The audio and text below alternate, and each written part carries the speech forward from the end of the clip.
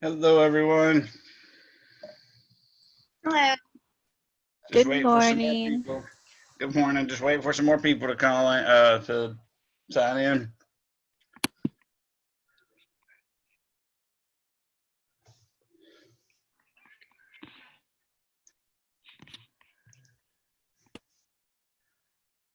So Big D's here, evidently.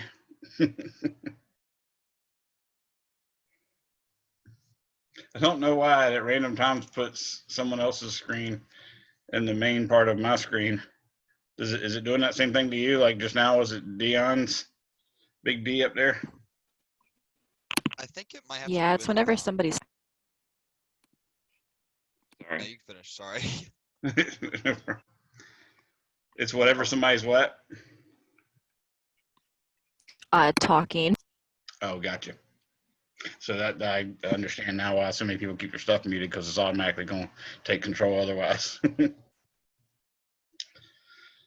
Hopefully y'all got to see some of the videos I already posted to YouTube, especially the one where I work out the electric field in a differential form with the actual vector components of it, because I'm going to use that today. That's the main reason.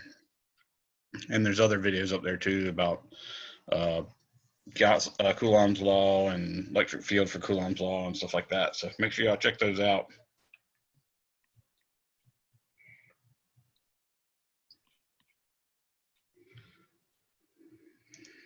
Question. Yes, sir. For your YouTube channel, do you just upload the recordings from class, or do you do it? No, I make up quite a few things beyond what's for class. I've got stuff in there for several classes.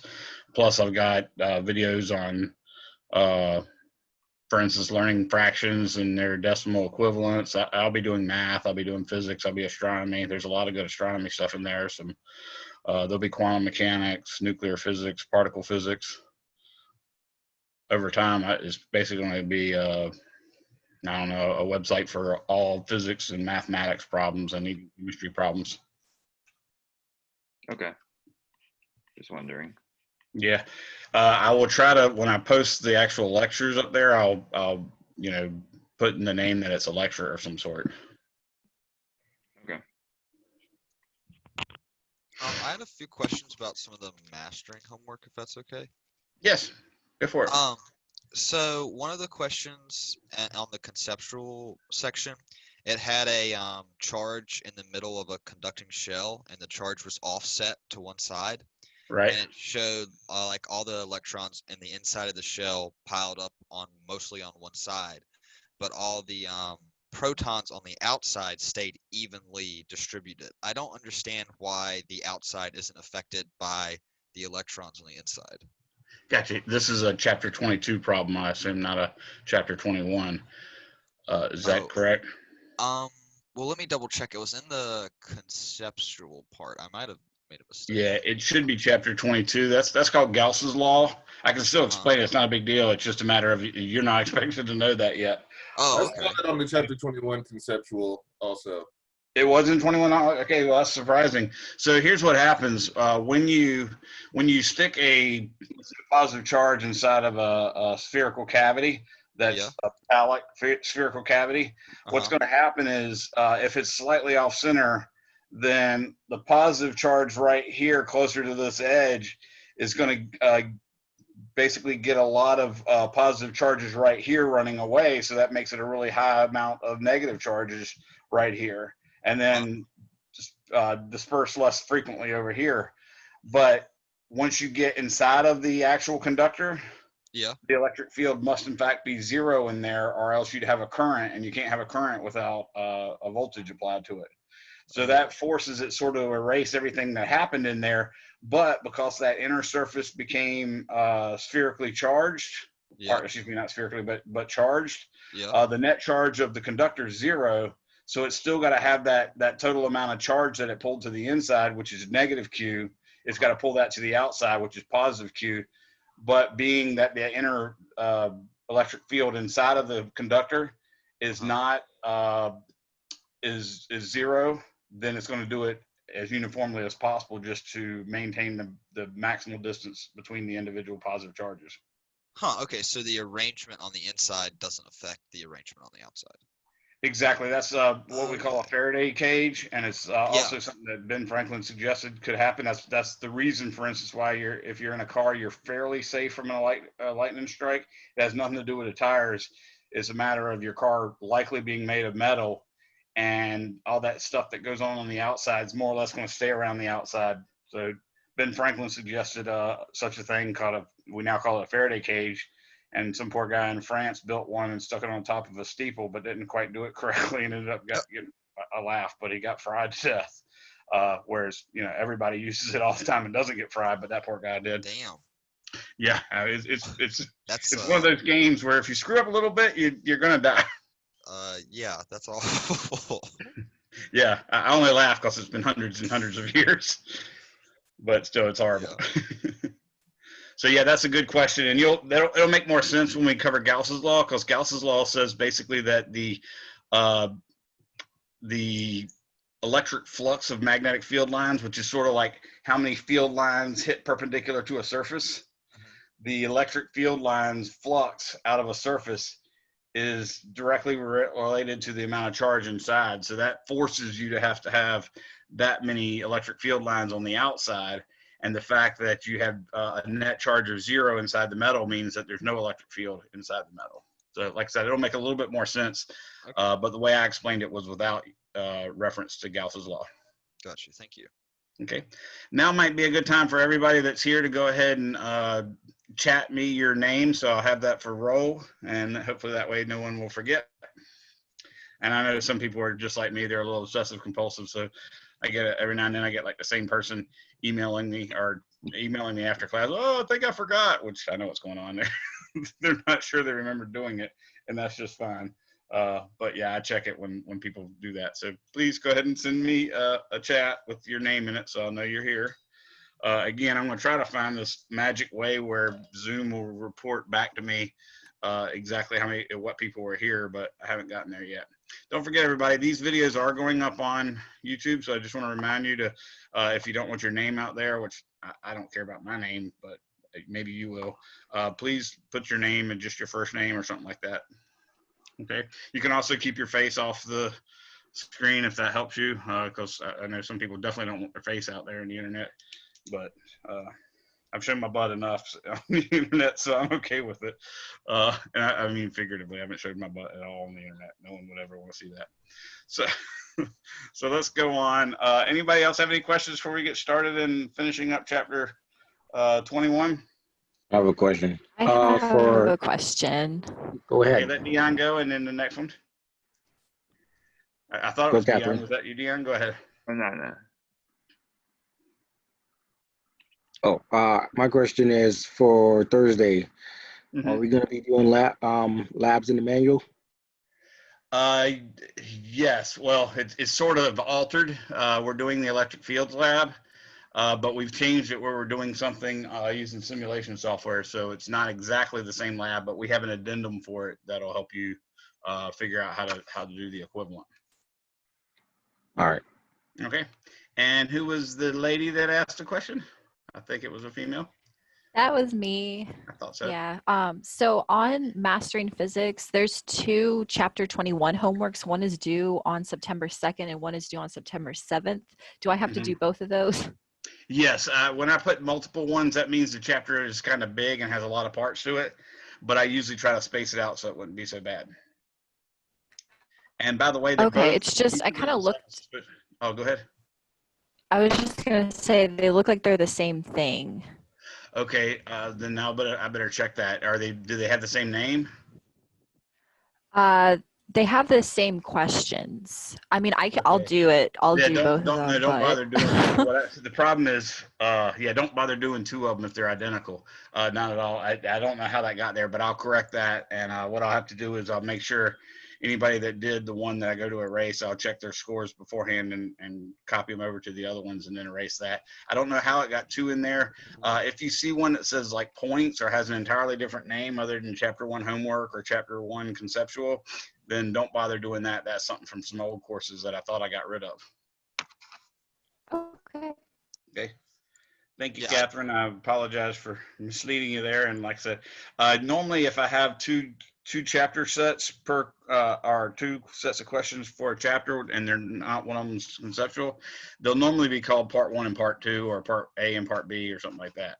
So their name should only be chapter, then the number, and then nothing, or maybe homework, and then homework part A or homework part B, or the other one chapter, number, and then conceptual. Anybody else? Gotcha.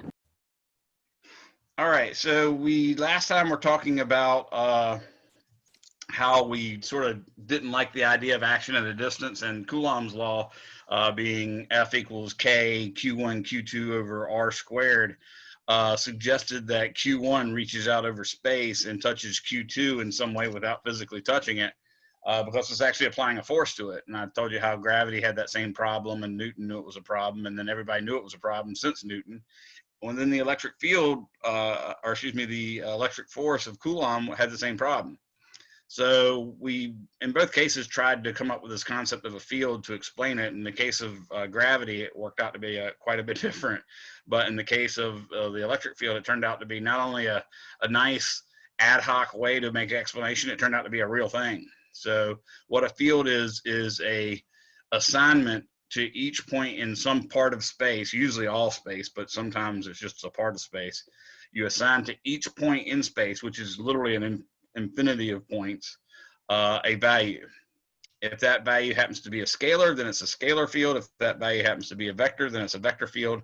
So like if you assign to each point in this room, and I mean every point, not only x equals 1, y equals 1, z equals 1, but x equals 1.0000001, y equals 1, z equals 1, right? If you assign to each one of those points a temperature T, then you have a temperature field. If you just define to each one of those points a vector quantity like the electric field, then you have a vector field.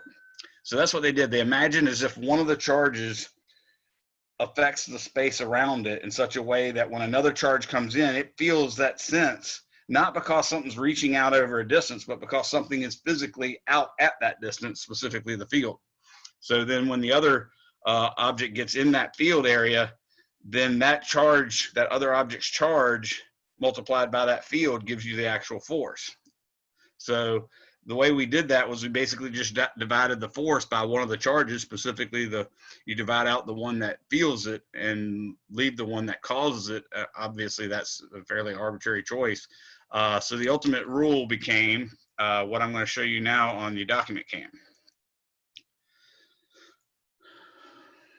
So the ultimate rule for the electric field, remember I told you it was actually taking the limit as the feeling charge approached 0 of the force on the feeling charge. So that resulted in E is equal to K, Q, where Q is the source of the electric field, over R squared. That is the new Coulomb's law, and we can also express that as Q over 4 pi epsilon naught R squared, which we'll use a lot. And the main reason is because, remember, K is 9 times 10 to the negative 9th. 1 over 4 pi epsilon naught is the same thing, but epsilon naught is a different constant. Yes? The image is not clear. It's not clear? Okay, let me pull that up a little closer then. Everybody sees that? This is the one time I thought I had pretty good bandwidth. So everybody sees that quantity? What I'm going to do now is try to push this down a little closer.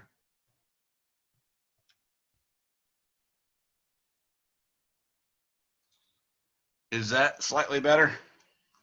That looks pretty good for me, at least. Okay. And I'll make sure it's in focus. It looks like it's in pretty good focus as far as the, yeah, there you go. That's more crisp. I found out that a little pen laying up here actually makes the focus better than just trying to focus on the paper. All right, so that's now the electric field equation. That's not in vector form. That's not in differential form. It's not that helpful. In fact, I'm going to, well, it's very helpful if you're doing point charges, but when you deal with other things, it gets kind of nasty. And I will remind you that K is actually 8.99 times 10 to the negative 9th, or excuse me, times 10 to the 9th. And that unit is newtons meters squared per Coulomb squared. but that's approximately 9.0 times 10 to the 9th Newton meters squared per Coulomb squared.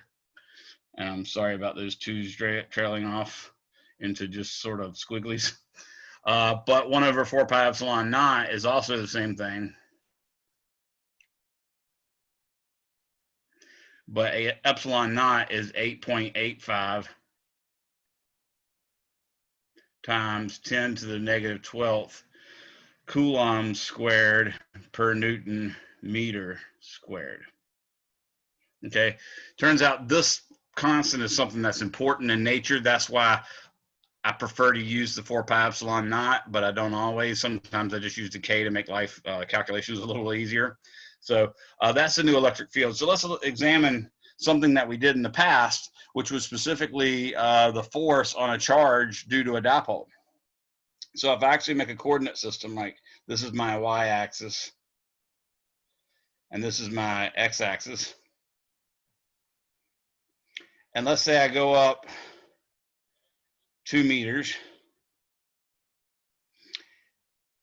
and I find a point, and then I go over 1 meter, and I put a point charge of, let's say, negative 0.111 microcoulombs. And then over here, I go 1 meter this way, and I put another charge, positive 0.111 microcoulombs. And then I also say, what about a point right here? So here's a point. Notice it's on the same height and everything, but it's directly over here. So here's 1 point, call it 0.2, and here's another point, call it 0.1. I would like to find the electric field first at 0.1 and then at 0.2. So what is E at 0.1? And then I want to know what is E at 0.2, again, vector. That's my big question. So we got to work that out, right? Well, the good news is when we're doing P1, it's a little easier. But specifically, we know that, for instance, this and this can give us a distance, because I know this distance is 2 meters, this distance is 1 meter. So I can actually work out what this distance is here. It's clearly the square root of 5, right? Because 2 squared is 4 plus 1 squared is 5. Square root of 5 is the answer to the distance there. All right. Now we can take this and calculate just the electric field at 0.1 due to the charge 1, which I'll call this Q1, and I'll call this Q2. So the electric field at P1 is just the electric field at P1 due to Q1 plus the electric field at P1 due to Q2. So that's just some notation I'm making up on the fly. So I put at to mean the specific point in space, and then I put a Q1 just to recognize that I'm talking about the one due to the charge 1, and then a Q2 to recognize it's due to charge 2. So now we just do like we did before. We have to calculate the magnitudes, and then we use those magnitudes to define the vectors. So the electric field at 0.1 due to Q1 is actually equal to 9 times 10 to the 9th. I'm going to leave the units off just as a comfort for space reasons, obviously, but it's 9 times 10 to the 9th Newton meter squared per Coulomb squared. And then I got to multiply it by Q1, which is, and remember, this is another case. We don't write the signs at all. We don't care about the signs of the actual charges. We're just going to put them and then decide what this direction of the vector is. So 9 times 10 to the 9th is K. 0.111 times 10 to the negative 6 coulombs is Q, because a micro is 10 to the negative 6. And then all that will be over the distance between P1 and Q1. Well, that distance, like I said, is 1 squared plus 2 squared, which equals the square root of 5. And when we square that, we get 5. So we can tell now this is 1/9 times 9, so that just gives me 1. And then 10 to the 9th times 10 to the negative 6 is a milli, because you're going to have basically 10 to the 10 to the 3rd, excuse me, as a kilo. So I have 10 to the 3rd left divided by 5. So it's 0.20 times 10 to the 3rd newtons per coulomb. Now, if you really want to work out the units, notice this is a Newton meter squared per coulomb. So when I multiply it by coulombs, or excuse me, by Coulomb squared, when I multiply it by coulombs, I just get Newton meter squared per coulomb. And then when I divide it by square root of 5 meters squared, that cancels out the meter squared, so I'm just left with newtons per coulomb. So I know the magnitude is 0.2 because 1/5 is 0.2 times 10 to the 3rd. Okay. If I want the actual vector, though, I got to realize, wait a second, I have the vector is along this triangle right here. And notice this is a positive point charge, so that tends to repulse a positive point charge. The direction of the electric field is defined to be the direction in which a positive charge would be compelled to move. So if I put a positive charge there and only had to deal with this charge, which is also positive, then clearly the positive charge at P1 would want to go off that way. So what I'm saying now is that E P1 Q1 points that direction, where this is 1 meter, that's 2 meters, so on and so forth. So we can actually compute what that vector is if we wanted to, and of course we do. So I can find this angle theta. That angle theta is the tangent inverse of 2/1. And if I wish to do that, I'm going to do tangent inverse 2, and I get 63.43 degrees. Keeping the extra digits there, of course. That's the actual angle that it's going to be angled at. So now I can say that E, I'm going to have to pull the paper up a little further.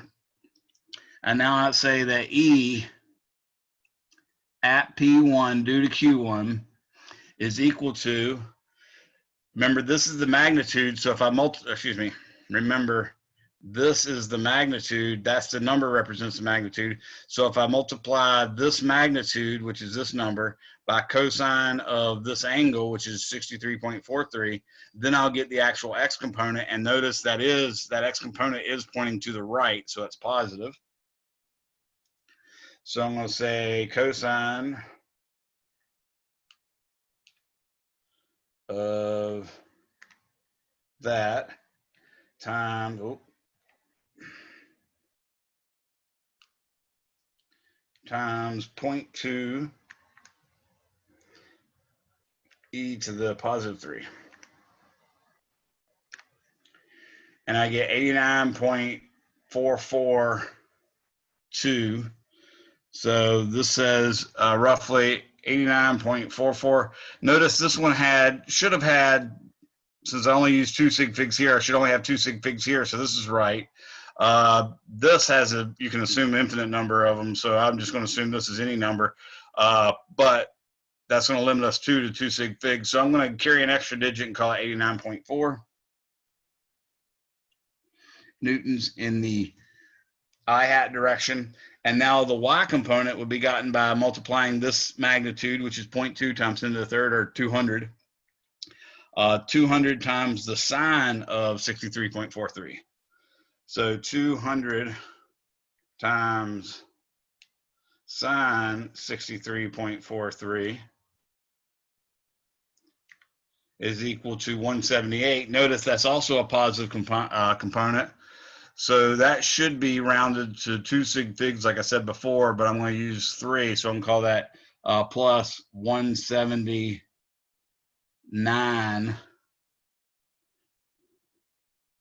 And that's newtons per coulomb, by the way. Newtons per coulomb, J hat. So that's one of the vectors. I wanted to take the time to show you this so you'd understand. Again, this is yet the second example, not counting the ones on YouTube, where you've seen how I calculate a magnitude and then use the geometry to construct the actual vector out of it. That's an absolute necessity as far as a skill you need if you want to go into science or engineering. If you're going into a non-physical science, it might not be that critical. Maybe you're going into, or even if you're going into chemistry, say, but knowing how to do it is, you know, obviously a skill set that requires a certain amount of competence. But it's biology, you wouldn't need this later on. But they sort of want you to be able to do it just to show you that competent. Now I'm ready to calculate the electric field at point 2, or excuse me, at point 1 due to charge 2. I think you can see from the symmetry of it, this is 1 meter, this is 2 meters, this is the same size charge. In fact, we're going to have exactly the same magnitude.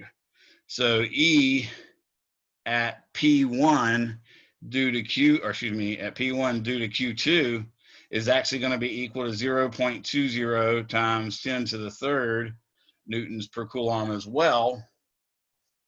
Only, as you can tell, in this case, we'd have the angle look like this: 1 meter, 2 meters. And remember, this is a negative charge. So a positive charge over here would want to go this way. So in fact, our vector E P1 Q1 or Q2 actually goes down to the right. So it has the same magnitude of the y component, the same magnitude of the x component, but both of them but the y one is negative and the x one is also positive. Okay. So now I can just blindly take that result and say that E at P1 due to Q2 is going to be 89.4 newtons per Coulomb. Again, I'm keeping an extra sig fig, and I don't know why that dot's there. I know why. I just dragged my pin there for some crackheaded reason. But the other one, the y component, is going to be negatively directed. So that's going to be negative 179 newtons per Coulomb. Notice I'm underlining my digits that aren't supposed to be included. That's the way I keep track of what my ultimate answer should be in the proper number of sig figs. A lot of people don't do this. That's why, you know, Mastering and various other online websites have so many errors in their sig fig calculations.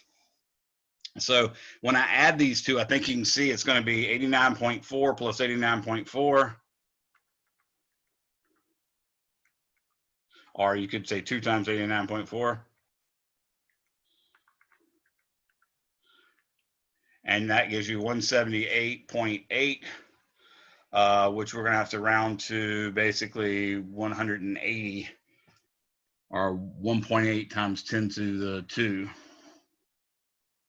So the electric field at point 1 period is the sum of these two. So I add this one, and that gave me 178.8. But in this case, the digit that's not supposed to be there is this one. These two are acceptable. So when I add those two, the rules of sig fig says I get to keep the whole number. So I don't have to write 1.78 times or 1.80 times 10 to the 2. I can actually write 179 newtons per Coulomb. And it's all going to be in the I hat direction because this one and this one canceled each other out. So that's the beauty of the symmetry of the problem. Notice the symmetry of the problem suggests that, yeah, these two forces should be equal in magnitude, but the directions will be quite different. This one points up and to the right. This one goes down and to the right. So the two right ones are contributing to one another, but the upward and downward ones are in fact fighting each other, so they cancel each other out. So this electric field at this point just points directly to the right, and you'll be able to see that tomorrow, or excuse me, on our lab day, Thursday, when we do the electric field mapping. You can set up two charges that are opposite in magnitude but equal, or excuse me, opposite in sign but equal in magnitude, and then look dead center between them, and you'll see the electric field points that way. And what that means is if I put a positive particle here, it's going to be inclined to go this way. Of course, as soon as it starts to move off this way, the symmetry breaks down, so it's going to, you know, then start to, since I'm moving this way, I'm getting closer to this one, so this downward effect is more prevalent than this upward, so it's going to start to go down like this. But at least while it's right there, it has no compunction to go up or down. It just wants to stay right there. Okay. Now I'm going to do the same thing, the same calculation, but this time I'm going to do it for point P2. So you see in this case, it's going to be over 2, up 2 for this one, for the negative charge, but it's just going to be up 2 for the positive charge. So there's no symmetry here, so we do expect an X and a Y component, but the mathematics is more or less the same. So let's start by calculating the actual magnitude. So I'm going to say E at P2 due to Q1 is going to be 9 times 10 to the 9th, again, leaving off the units just for saving space. 9 times 10 to the 9th, this is the electric field at that second point over here as a result of that first charge, which is the positive one. Again, I'm not putting any positives in, I'm just leaving, or any negatives, I'm just leaving them all positive.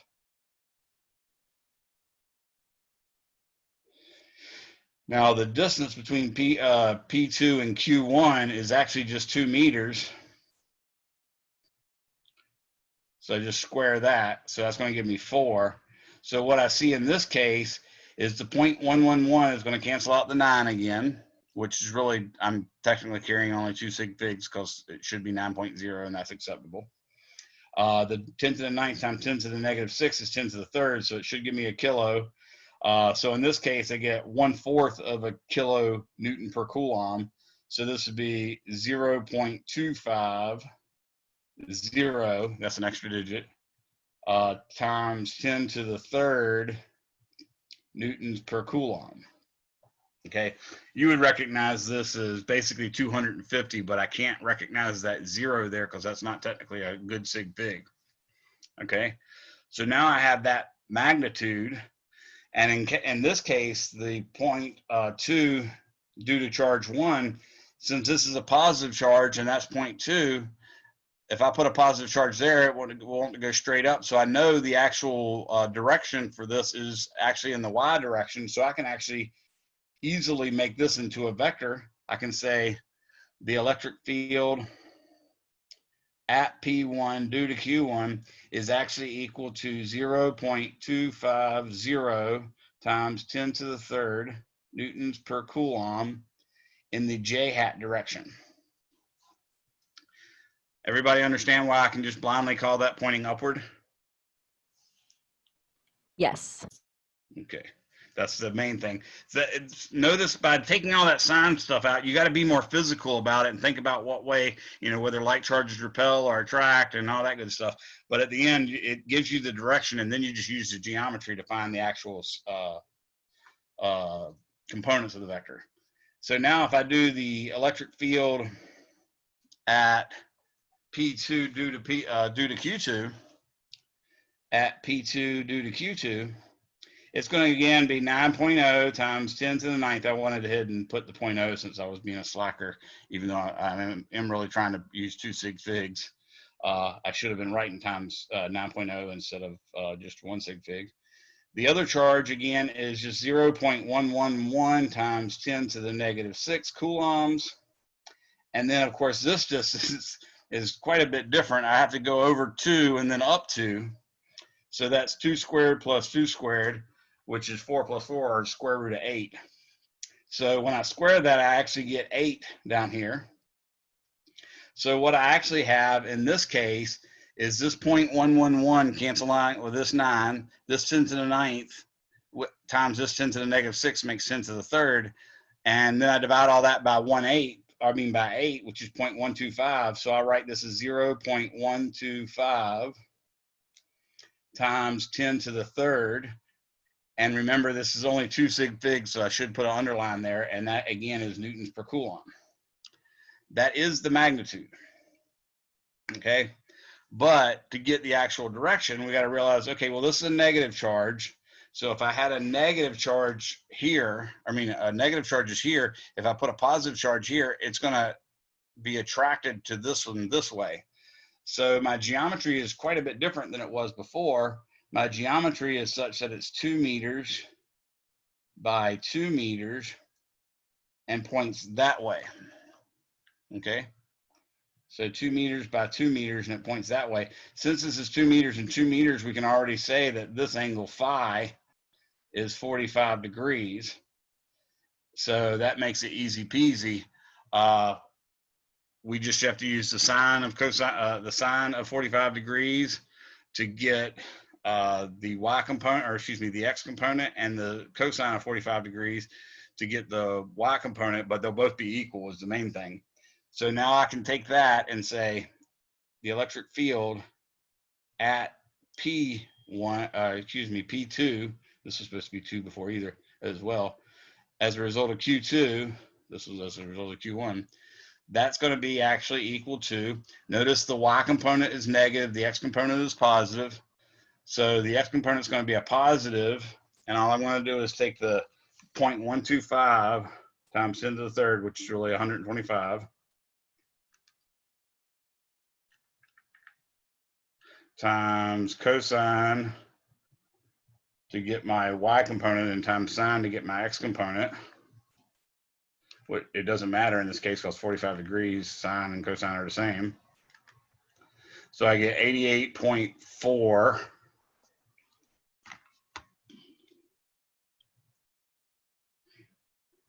One extra digit there, newtons per coulomb I hat,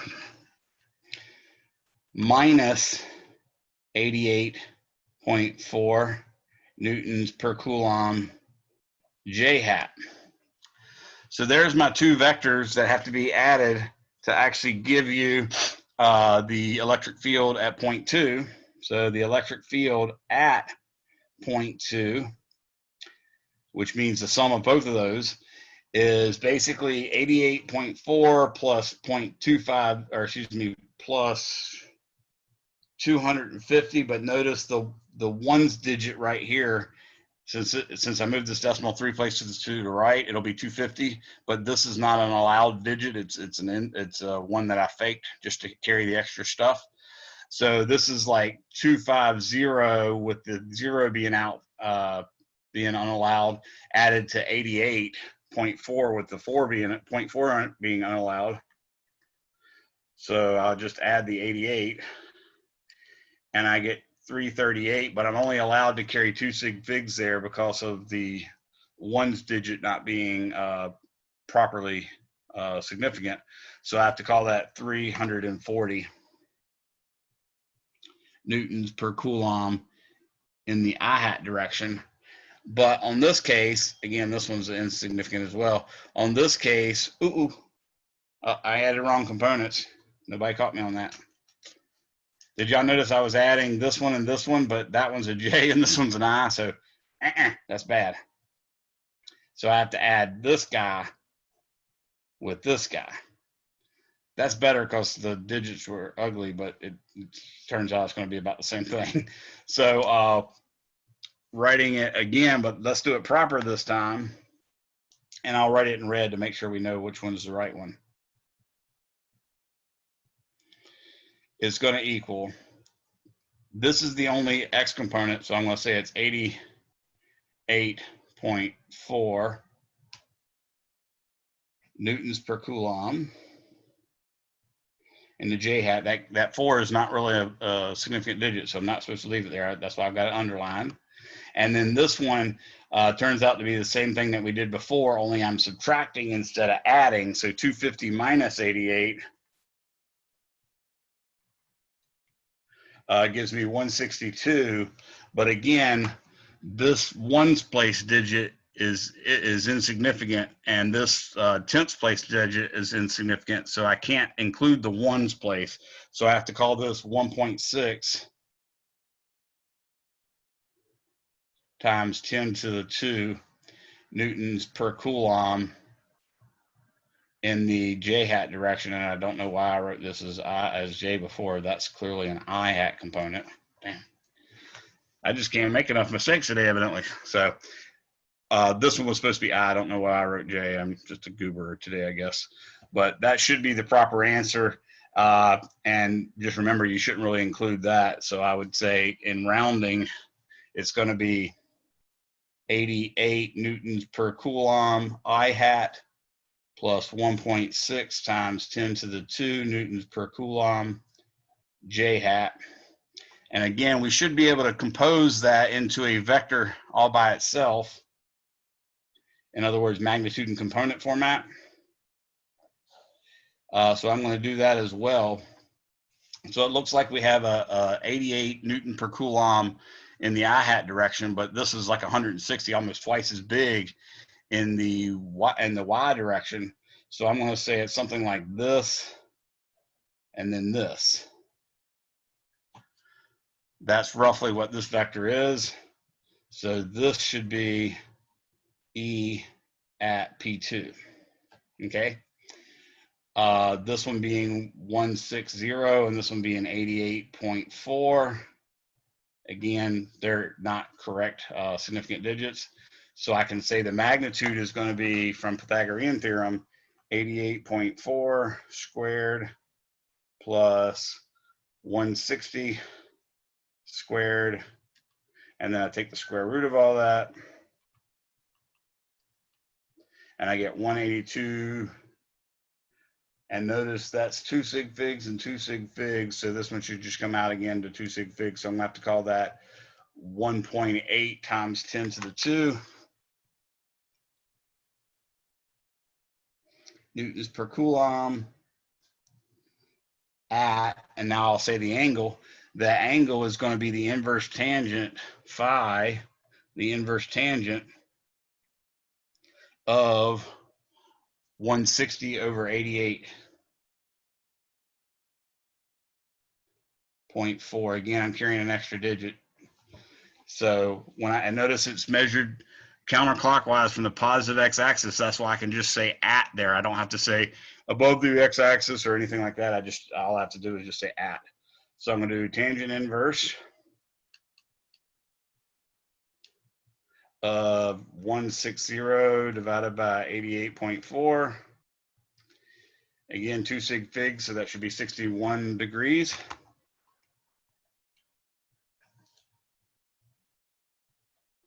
So both of those are acceptable representations of the right answer. I always expect this, but sometimes I'll ask you for this too, okay? So make sure you can do it both ways. It's easier to work with the components like this, and of course you always have to when you're adding and subtracting. But at the end, it's a little hard for most people to see this vector until they draw this out, and then they say, oh, okay, well, it's pointing that way. So in this case, we found this one was purely pulled that way, but the electric field here actually was kind of that way, right? And that makes sense because over here, remember, I'm closer to the positive charge, and the positive charge had an upward component for the Y.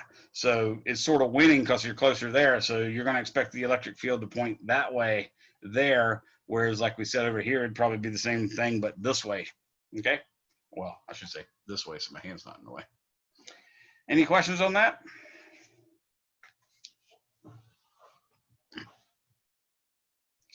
Let me go ahead, and I'm still getting issues about the images being blurry, so I'm going to try to pull this as close as I can to make sure everybody can see exactly what I did.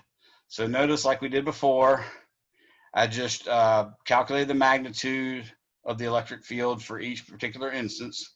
The electric field at P1 due to Q1, the electric field at P1 due to Q2, and then I rendered them as vectors using the geometry of the problem.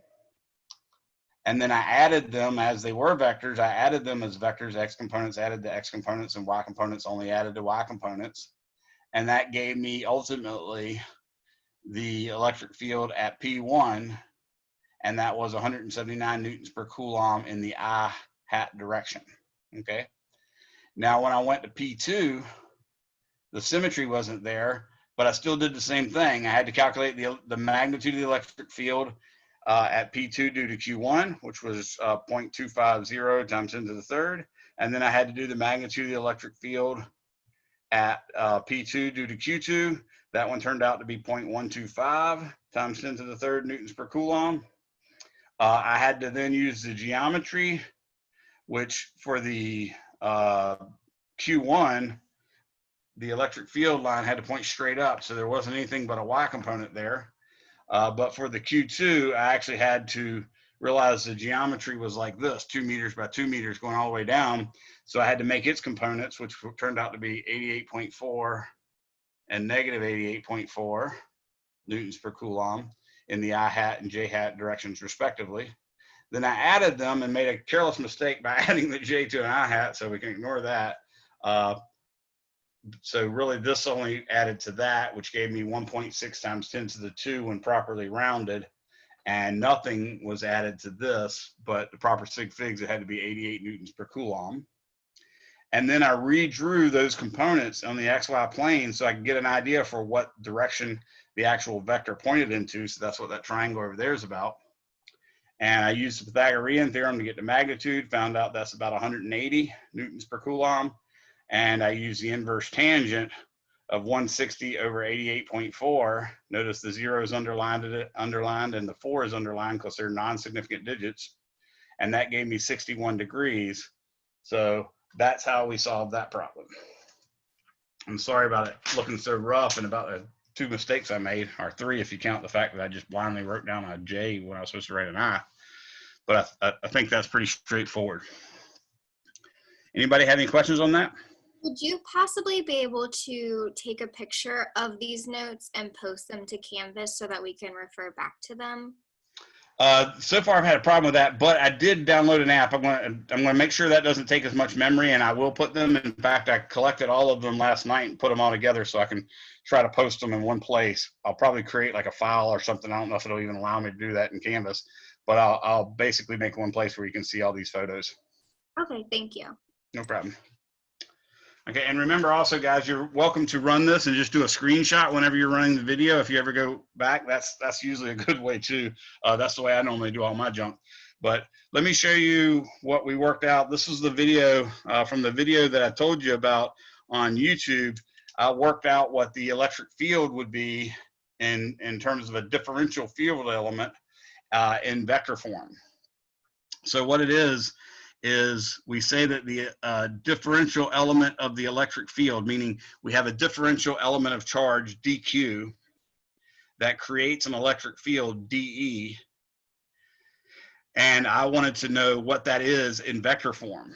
So using k, which is a little easier to write here, I'm going to say that's k times dq over, here's where it starts to get dicey. Okay, it turns out the magnitude of the distance between Q and the point P that you wish to know the electric field is, and I should just put P down here, just meaning the electric field at P, is RP vector minus R dq vector, and that's the magnitude. Now, Coulomb's law is a 1 over R squared law, right? But just like when I worked out the vectorness of the Coulomb's law for forces, remember I used the direction to be RP minus R dq in that case. Actually, in that case, it was, you know, RQ1 minus RQ2 or something like that. But by multiplying by this, I increased the magnitude by the length of R. So in order to correct for that, I have to make this instead of 3 now. So that's the actual electric field, differential field element in vector form. And what it means is in an XYZ coordinate system, radius vector R sub P exists and points to the point at which you wish to know the electric field. And then you have a little chunk of charge dq that is located by R sub dq, and that's what those vectors are, okay? If you take RP minus R dq, I think you see that it is that vector pointing from here to here. That's RP minus R dq. Clearly the magnitude of that is the distance between them, so that's exactly what we want to be in down here in the bottom. And the direction's correct too, because if this dq is positive, then I'm just going to multiply it or just use that as the number there. And if this is positive, it's clearly going to push it away. In other words, if I put a positive test charge there, it's going to push away this way. So this vector is pointing in the right direction. If DQ is negative, then it's going to flip the direction of all this, so it'll point this way. So it works for everything. Now that we have that, I can solve a pretty typical physics problem. Almost every calculus-based textbook has this problem. So what we're going to do is we're going to draw basically an infinitely long line charge. There's X, there's Y. What I have here is like a string of charges connected together. You might even imagine it as a wire charged up. But this one goes on for infinity that way and goes on for infinity this way as well. And what I'm going to do is come out to X equals R and say that's the point at which I wish to know the electric field.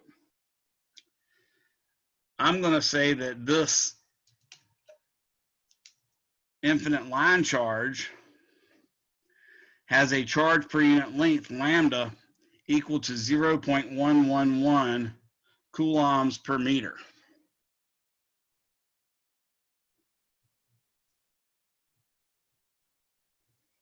Okay. Actually, let's say 0.111 times 10 to the negative 6 coulombs per meter, just for the heck of it. Okay. So that's what the actual charge per unit length is.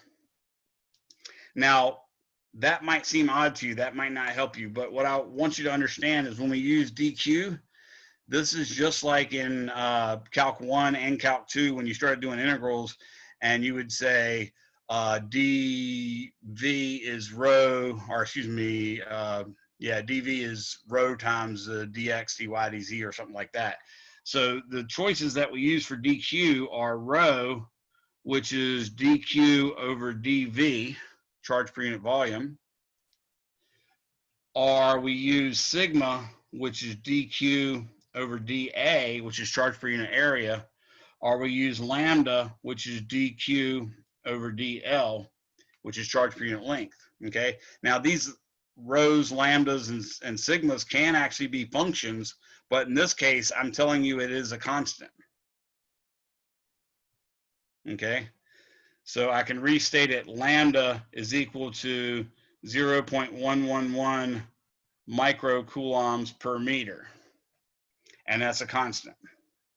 Okay, what I want to do now is use this formula, and technically I'm using that one as well, because if you solve for DQ, you see that's lambda times DL. I'm going to use that to figure out what the electric field at this point here is.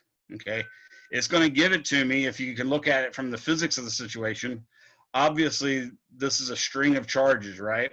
So this charge is going to be positive, say, because all these are positive, so that's going to tend to push it this way to the right. And this one is in fact going to tend to push it to the right and downward. But guess what? If I go to the exact opposite spot on the y-axis, this one's going to push it to the right and up by the same amount. So we expect, by the symmetry of it, that we should have no y component whatsoever of the electric field. So that's sort of our physical intuition, that we should have no y component. And there's ways to set it up where you won't have any, and the integral gets a lot easier. For instance, your textbook does it that way. I'm just going to brute force do it and show you how you can use this wonderfully useful formula step by step and always get the right answer. And by the way, if you get to the point where you filled in the RPs, the RDQs, the magnitude of the RP minus RDQ, and the RP minus DQ, RDQ, and the DQ, I'm going to give you 95% of the credit. Okay. In other words, that's a huge fraction of the actual physics. Whether you can do the integral is something about math, so I'm not going to grade that as harshly. So now, since we know RP is the vector that points from the origin to the actual point in question, and we also know that one of the ways you can calculate a vector is you take the final point and subtract it from the initial point to get the component. So for instance, P has a point x equals r, y equals 0, z equals 0. And the origin, of course, is 0, 0, 0. So if I did final minus initial, that'd be r minus 0 for my x component, 0 minus 0 for my y component, and 0 minus 0 for my z component. So I can immediately say that rp is in fact just equal to r I hat. That makes sense to everyone? Now here's where I'm going to get fancy. So I'm going to imagine going up at a distance y here, okay, and then chunking that, chopping that little infinitesimal wire up into itty bitty pieces of length dx. So I'll say this length right here to here is d. Actually, I said dx. I meant dy. Okay. So if I go up a distance y, and I chop this into a distance at the position y and y plus dy, then I get a little differential charge element whose length is dy. And if I use this idea, then I realize that dq would be lambda dy. So this object right here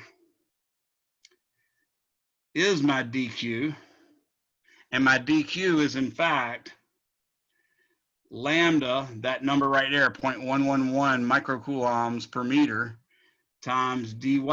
So now I've figured out what dq is. Yay! I figured out rp and I figured out dq. Now I've got to figure out rdq.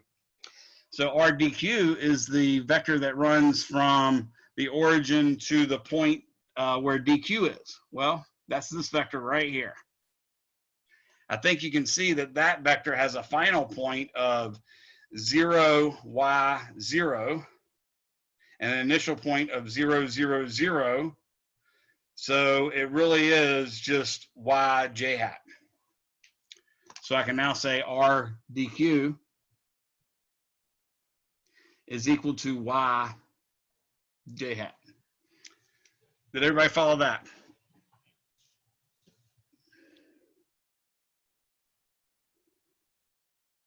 So this all should look very scary. That's very normal for it to look scary. But the thing is, it's not scary. It's just got little parts you got to figure out. And once you know what those definitions are, they're trivial, right? So dq is either lambda dl or sigma dA or rho dV. RP points from the origin to the point you want to know the electric field. So that's just from here to here. That's clearly a vector that's easily worked out. That's just r I hat. rdq is a vector that points from the origin to the point dq, or to the differential charge dq. Well, that's this vector right here. Clearly its length is y and it points in the j hat direction, so that's why that is. Anybody have a question about that?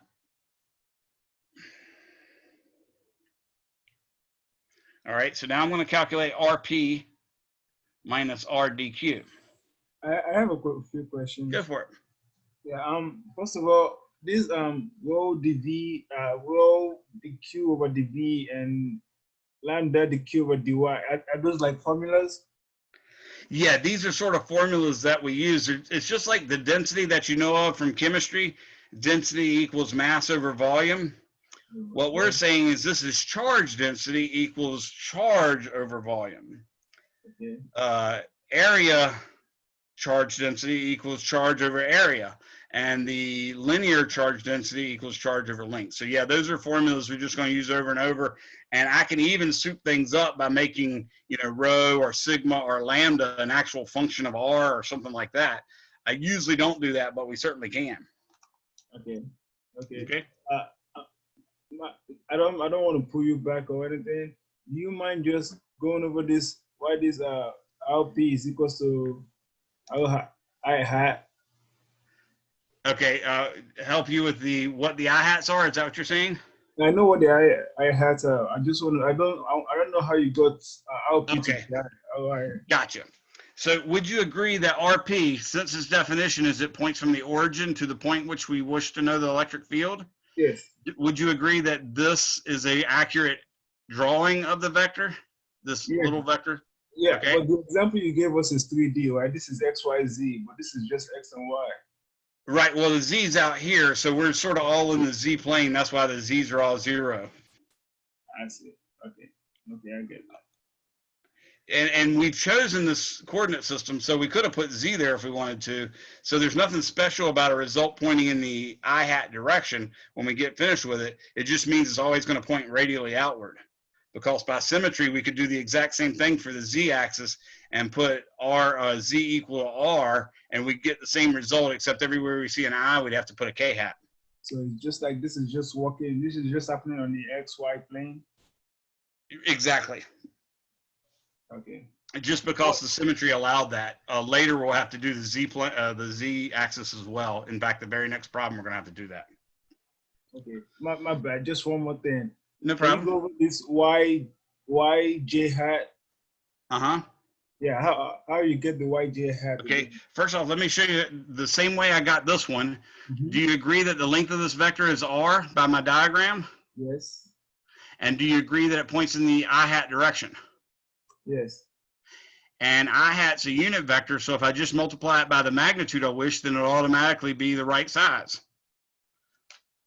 So that's how RP is R I hat, because remember, I hat is literally a unit vector. It's not 1 meter long, it's 1 unit long.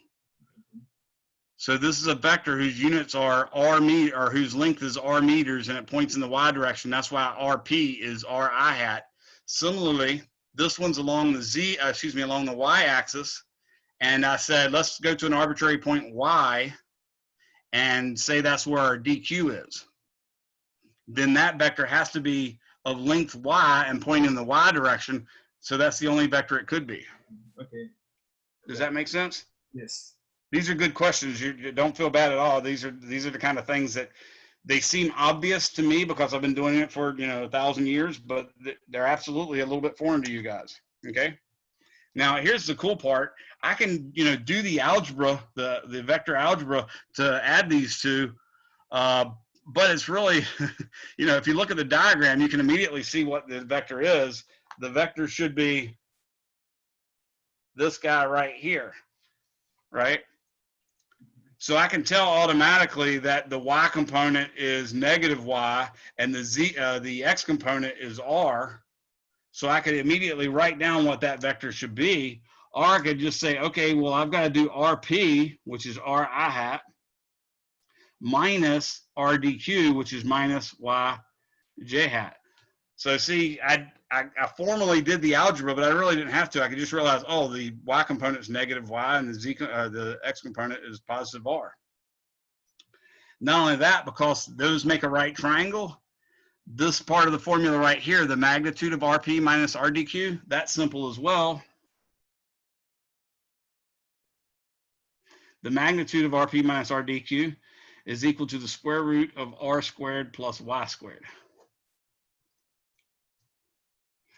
Does everybody agree with those conclusions?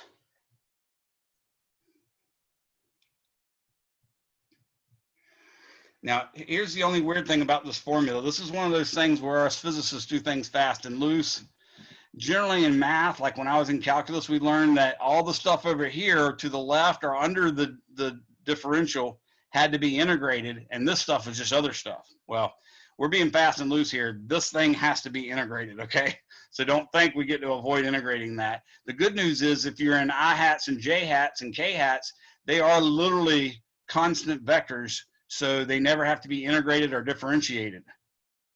Unlike R hat, rho hat, theta hat, phi hat, those ones that I introduced in those different coordinate systems in my YouTube video, those things you have to actually integrate them. So if you can reduce the Cartesian coordinates, the integrals are a little easier. The problem is the symmetry of the problem is what allows cylindrical and spherical coordinates to be so nice. So now I'm just going to show you how to fill in this formula, okay? So E is actually equal to the integral of dE. Okay. I know this K is a constant. I know this dQ is going to be lambda dy, so that's a constant as well. The lambda and the K, I'm going to pull them right out in front. So I'm going to say K times lambda. And then I'm going to do my integral. And I haven't put the ranges of integration on there yet, but I'm going to, okay? Now what's left of my dQ, since I already pulled the dy out, is just, since I already pulled the lambda out, is just dy. And then this part that's under it is supposed to be this quantity. So I go, let's do r squared plus y squared to the 3/2 power. Remember, it's cubed. It's still a 1/r squared law, but it's cubed to make up for the fact that I multiplied it by that big vector. Okay. Now I also have to multiply it by that vector, so it's got to be times r I hat minus y j hat. Okay, so all this has to be integrated. That r is playing a part in it, so that's over here as well. Now what I'm going to do is, this is the whole vector. If you wrote this down on a face-to-face test, or on that test, for instance, we're going to have for the midterm, if I gave you this problem and you wrote this down and put the ranges of integration on here, I'm going to give you 95% of the points, no matter if you do nothing else or if you just completely poop to bed for the rest of it. So that's the good part, right? Now what I'm going to do is take the individual components. We decided earlier that we thought the y component is going to go to 0 just from physical arguments of symmetry. So I'm going to first do the x component, but I'm going to leave the I on there so you can see what happens. And then I'll do the y component with the j on it as well. So what I'm going to do is now take just this part, leaving that other stuff off, just take that part, and I'm going to call that E sub x vector. So E sub x vector is going to be k times lambda. Notice this r and this I hat go right through the integral, because I'm integrating with respect to y. So this is going to be r I hat, like that. That's all the constants. Now I've got left is the integral from y goes to negative infinity to infinity of dy over r squared plus y squared to the 3/2. Okay, starting to get run out of the bottom of the paper here. So to do that integral, I'm going to use a trig substitution. I'm going to say let y equal r tangent theta, and this is for the I part anyways. We're not going to use that substitution for the j part. And then dy, of course, becomes r secant squared theta d theta. Okay, so now all I have to do is replace the dy with this quantity and replace the y with that quantity, and I am rolling. So I get k lambda r I hat integral. I left the range of integration off because I'm switching variables, and I'll have to address that in a second. So this is going to be r secant squared theta d theta for the dy. And now when I replace y with r tangent theta, you see you're going to have a r squared plus r squared tangent squared theta. I can factor out that r squared, and I just have 1 plus tangent squared. But r squared to the 3/2 is just r cubed. So I now have 1 over r cubed times 1 plus tangent squared theta to the 3/2. Okay. Notice I have an r and an r on top, so that's r squared, and r cubed on the bottom. So my next one's just going to be an r in the denominator with no numerator. I still haven't changed my limits of integration. I'm going to leave that for right now. And I get equals k lambda I hat over r times the integral of secant squared theta d theta over, anybody remember your trig identities? 1 plus tangent squared is?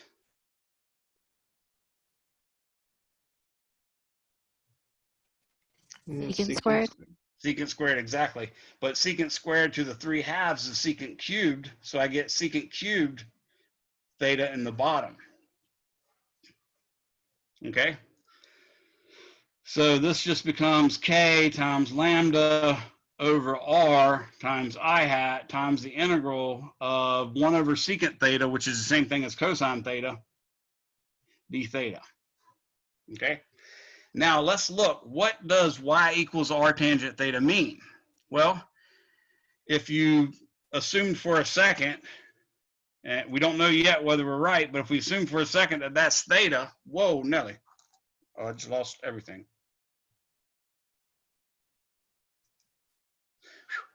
For some reason, I must have hit something on my mouse and my whole screen disappeared. So if we assume for a second that that's theta, then the tangent of theta would be opposite, which is y, over hypotenuse, which is, or excuse me, over adjacent, which is r. So in that case, y would equal r tangent theta, right? So that is, in fact, the theta. So when theta goes to, or when y goes to infinity, I think you can see theta goes to 90. And when theta goes, or y goes to negative infinity, I think you can see theta goes to negative 90. So I really can change this to theta equals negative 90 degrees to 90 degrees.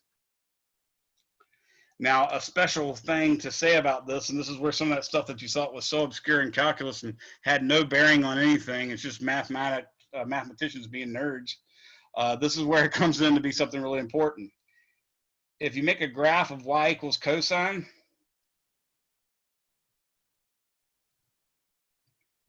it turns out the right half, the positive half of cosine, and the negative half of the x-axis of cosine are identical.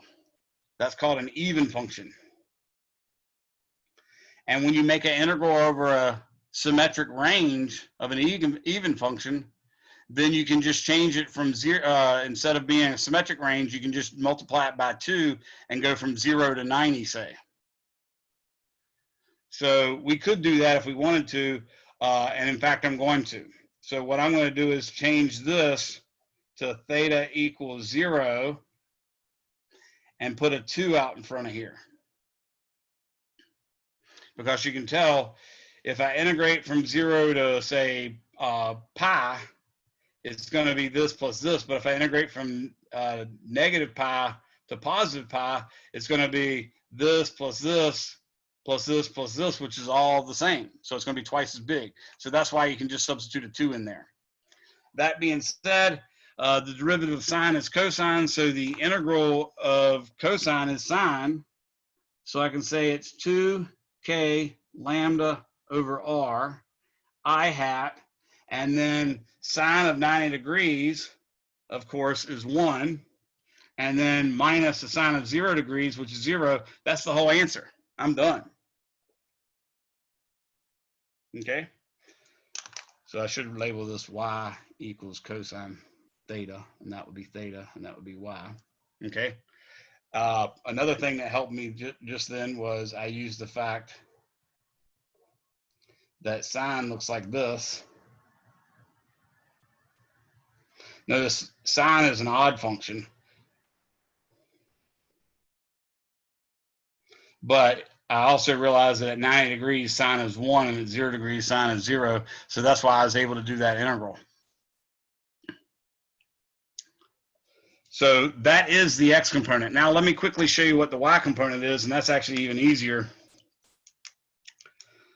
So e sub y vector, again, we only got about 3 minutes left, is in fact k times lambda times negative times j hat. So I'll say negative k lambda j hat pulled all through the integral times y dy over r squared plus y squared to the 3 halves. Okay, because I have that y up here, I don't have to do a trig substitution. I can do a really easy substitution. I can say let u equal y squared plus r squared, then du is equal to 2y dy. Well, I got a y up there already, so that's easy peasy. I just have to multiply by 2 and then divide by 2. So I'm now going to write negative k lambda j hat over 2 integral du over u to the 3 halves, I should say. Okay. I think you can tell u to the 3 halves, since u is y squared plus r squared. If you replace y with negative y, for instance, you would actually get a negative of the integral when you had y equal to y. So you can already tell this is an odd function. And the range of integration is from y approaching negative infinity to positive infinity.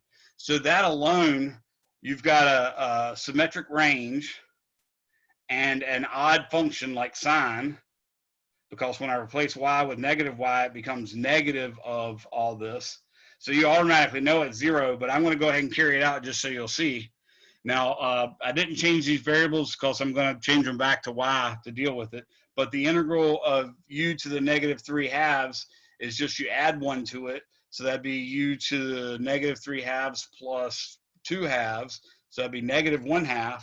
So I get negative k lambda over 2 times negative 1/2 times j hat times u to the negative 1/2. Okay, that's what my integral is. Now I'm going to change back to the other variables and plug in my y ranges, and I get negative k lambda over 4. Actually, it becomes positive now. J hat times square root r squared plus y squared. And I'm going to evaluate this from y approaching negative infinity to positive infinity. I think you can tell that as y approaches infinity, that's going to be infinity. And as y approaches negative infinity, that's going to be, again, infinity. And in fact, you're going to get 0. Okay. So as we decided originally physically, the actual integral did in fact give us 0 as well. Shouldn't Okay. that be Yes. negative 1/2? What's that now? How did I get the negative 1/2? Oh, no, So, shouldn't it be 1 divided by the square root of... Oh yeah, this should be, sorry, this should be 1 over negative 1/2. I forgot to divide by the negative 1/2. So that wouldn't be 4. That would just be nothing.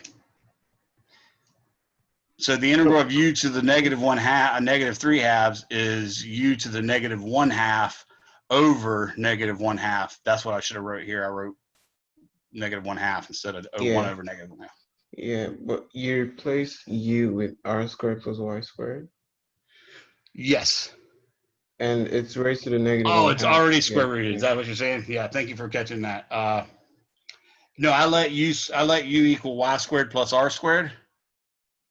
Yeah, I mean, it's raised to the negative 1/2, not to, is it? It's not to the Oh yeah, 1/2. thank you. Yeah, so Thank it's you. 1 over.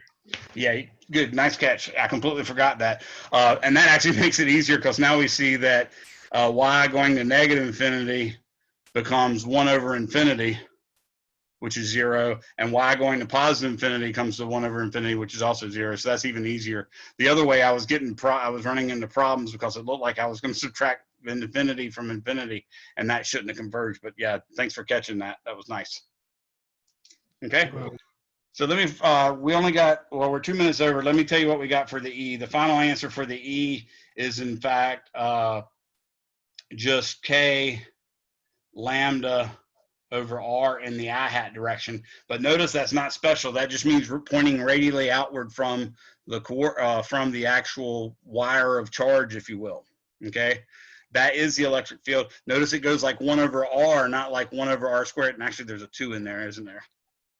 Is there a 2? Yes. 2K, sorry. So when I had lambda equals 0.111 times 10 to the negative 6, then that means that 9 is going to cancel out with the 0.111, and 10 to the negative 6 is going to make 1,000 with the 9. So it's 2,000 over, if you let R be 1 meter, it'd be 2,000. If you let R be 2 meters, it's going to be 5,000. So notice the electric field for an infinite line charge falls off like 1 over the distance, not like 1 over the distance squared like a point charge did.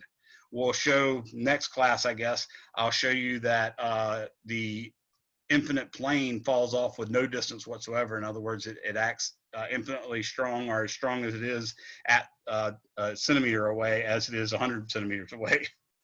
So that basically finishes that example up. go check the YouTube channel out, because like I said, I have some more videos there. I'll be putting some more up today. I hope to put up about 4 more or 5 more if my bandwidth allows it, but I think that should do, everyone. If anybody didn't already chat me your name in the chats, please do so now so you can get the roll done. And I will stay here till the last person leaves in case anybody has any questions, so feel free to stick around and ask questions.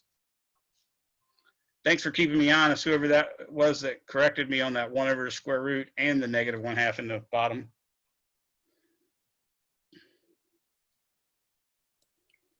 Do we need the lab book for Thursday? Sort of, but not. Well, some of the other labs, you will need it more thoroughly. This one, there's a little bit of reading that goes with it, but not too terribly much. So I would basically make sure you have at least read it if you don't have it with you. Okay, thank you. Okay. Anyone else? Yeah, I have another question from the mastering homework. Okay. In the conceptual part, on question 11, it says an atom has to become a positive ion. It has, and the correct answer was lost an electron or electrons. Mm-hmm. Can it gain protons or a proton to become a positive ion? No, it can't. That's sort of what the point they were making. It turns out there's chemically, you can add and subtract electrons all day long, as long as you conserve charge. It just takes a regular amount of energy, but it takes huge amounts of energy to screw with the nucleus. Oh, so, okay. That makes more sense. Yeah, so that's why the protons don't change. Oh, okay. So you can only either add or take away electrons for a molecule to become a positive or a negative ion. Exactly. It becomes positive by taking away electrons. It becomes negative by adding electrons. Awesome. Thank you. That makes a lot of sense. Anyone else? No. I sent you another email. I'm still having troubles with the book because now it's back ordered by the at the bookstore. I'm gonna go there today and just see what I got to pick up my lab book anyway. But it's one of those I'm getting concerned because I only get 14 days of the mastering physics, and I still don't, and I'm not even able to get the e-text out of that. Don't worry, I will work with you. I think most of what we've done you can do with my videos without the actual textbook. You might want to just, if you're that worried, you might want to go see any physics textbooks that they have on at the library and just check one out, long as it's calculus based. And if I remember correctly, the section where the physics books are the QP section. Right. I've been using the OpenStax book. Oh, yeah, that's right. You told me that. Yeah. Which isn't awful. It seems like it's missing a little bit, but nothing terrible so far. And so, yeah, it's just I wanted to keep in touch with you about it because I'm getting a little concerned by the bookstore. But like I said, I'm going to go harass them today. Yeah, no problem. And don't worry about your grades. Try to keep up with the homeworks as best you can. Get as much of it done as you can with the OpenStax books and my lectures. Obviously, the conceptual ones are going to be the harder ones, but they're a really small percentage of your classwork. So those actually were strangely the easier ones for me. I'm doing the actual now, and it's not awful, but it's not greatest either. Gotcha. Well, it's good that someone took the time to write a free textbook, or several people took time to write a free textbook so people didn't have to pay for them. Yeah, I won't argue with that for right now. Yeah, I have to admit, though, so far my experience has been the ones that you pay for are much better and well worth what you're paying for. Well, I shouldn't say well worth what you're paying for them. They've blown up, and that's not worth it. In my day, they were $60 for a book. Now it's like $250. I'm like, what the crap? Yeah, when I saw my engineering book at $300, I kind of hurt myself a little bit thinking about it. I'm not paying for them, so it's okay. Exactly. Are you taking statics now or what? No, it's my intro to electrical engineering. Gotcha. So my circuit theory books. Cool. So, but yeah, like I said, I just wanted to let you know I'm going to go harass them right now, actually, and see what happens. Okay, well, thank you very much for letting me know, and you have a good one, and let me know if there's anything else I can do to help you. All right, thank you. No problem. See ya.